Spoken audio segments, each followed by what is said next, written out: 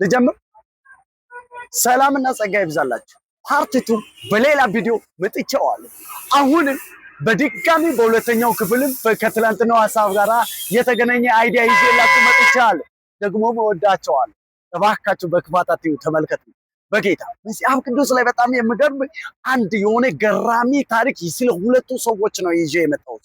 አንድ በጣም ቲቪተኛ አሁንም የቲቪቱን ውጤትና ሁለተኛ ላይ ደግሞ የእግዚአብሔር ሐሳብ ይዞ ቁጭ ብሎ በመጠበቅ የትህትና ውጤትና የቲቪተኛ ሰው ውጤት ይዤላችሁ መጥቻለሁ።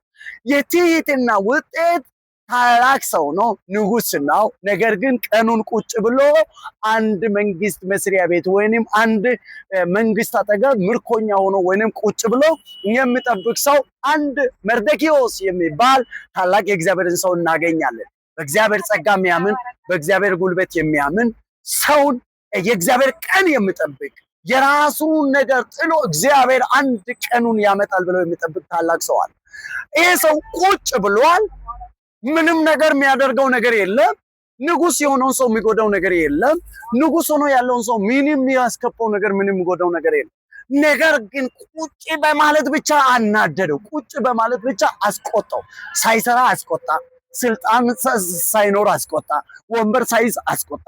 እስክሪብቶ ይዞ የሆነ ሳይፈርም አስቆጣ። የሆነ ቼክ ሳይኖር አስቆጣው።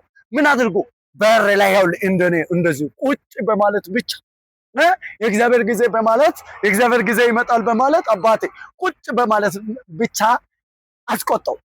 የሚገርማችሁ ነገር ይሄ ቁጣ የተነሳበት አንድ ሰው አለ፣ ደግሞ አመፀኛ የሆነ ሰው። ይሄ ሰው ማን እንደሆነ ታውቃላችሁ? ሃማን የሚባል ዋና አርጤክስስ የሚባል መንግስት ንጉስ፣ ሁሉም ገዢ የሆነ እላይ ቁጭ ብሎ እያለ በታች ምትክል ፕሬዝዳንት ሆኖ ያለው ሰውየው ምትክሉ ተቆጣ። ዋናው ሳይቆጣ ምትክሉ ተቆጣ።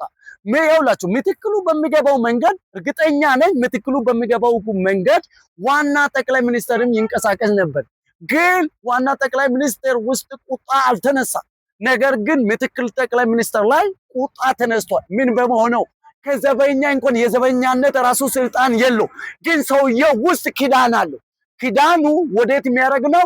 ወደ ከፍታ የሚያመጣ አየው። የራሱ መዝገብ የሚፈተሽበት ጊዜ ስለደረሰ ከብዙ ሰዎች መካከል የሃማ ፊት መርደኪዮስን ሲያየው ደም ለወሰ ወይንም ደም ለበሰ። ወዳጆቼ አንዳንድ ጊዜ ምንም ስልጣን የሌለ ሰው ብትሆን፣ ምንም ገንዘብ የሌለ ሰው ብትሆን፣ ምንም ዕውቀት የሌለ ሰው ብትሆን፣ ምንም የተማርከው ነገር የሌለ ሰው ብትሆን፣ በተፈጥሮ ባንተ ውስጥና ባንቺ ውስጥ ያለው ኪዳን ጠላቶቹን ሊያስቀናና ሊያናውጥ ይችላል። ይሄን ይመን ነውጡ ሲነሳ አንዳንድ ነውጥ ላይ ተደሰት። መርደኪዮስ ጋር የተነሳው ነውጥ መርደኪዮስን ከፍ የሚያደርግ ነው። አየው።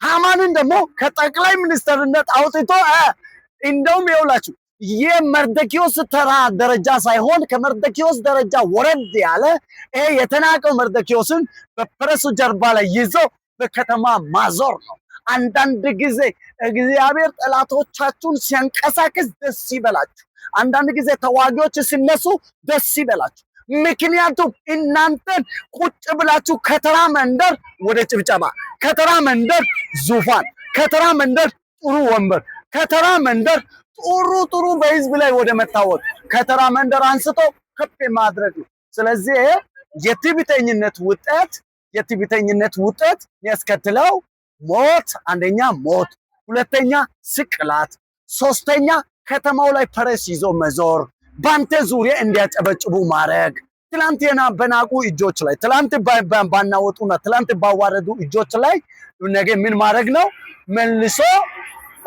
መልሶ ከፍ አድርጎ ወይንም በዝናው ቦታ ላይ አንተ ስትገኝ ወይንም በጭብጨባ በመልካም ስፍራ ላይ ስትገኝ እንዲያጨበጭቡ ያደርጋል። ወዳጄ አንድ መልእክት አለኝ። ቁጭ በል። አንድ ቀን ትልቅ ያለ ቦታ ላይ የተቀመጠውን ታስቆጣለህ፣ እሱን ታወርደዋለህ፣ አንተ ትገባበታለህ። በደንብ አድርገህ ጠብቅ። እውነቴን ነው የምልህ። በትንሹ ነገር ተቆጡ አይደለም፣ በትንሹ ነገር ተናደዱ አይደለም፣ በትንሹ ስፍራ አናወጡ አይደለም። በትንሹ ያንተ መንቀሳቀስ ምንም ባይኖር በእንቅስቃሴ ምክንያት ብዙዎቹን አስቆጣ አይደለም። እመነኝ እየተቆጡ አንድ ቀን አጠፋለሁ እገላለሁ ወይ ሰቅዬ አጠፋለሁ በማለት ምን እንደሚያደርጉ ታውቃለህ? ከፍ ያደርጉና ከተማው ላይ ስላንተ ዝና ማወጅ ይጀምራሉ። እወድሃለሁ፣ ይሄ መልእክት ይጠቅማል።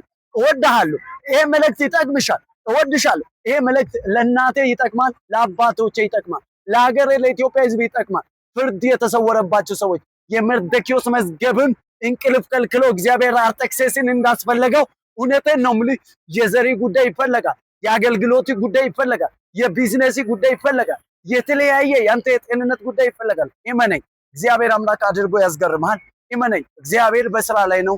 ታላቅ ነገር ይሆናል። ወዳለሁ። ሻሎም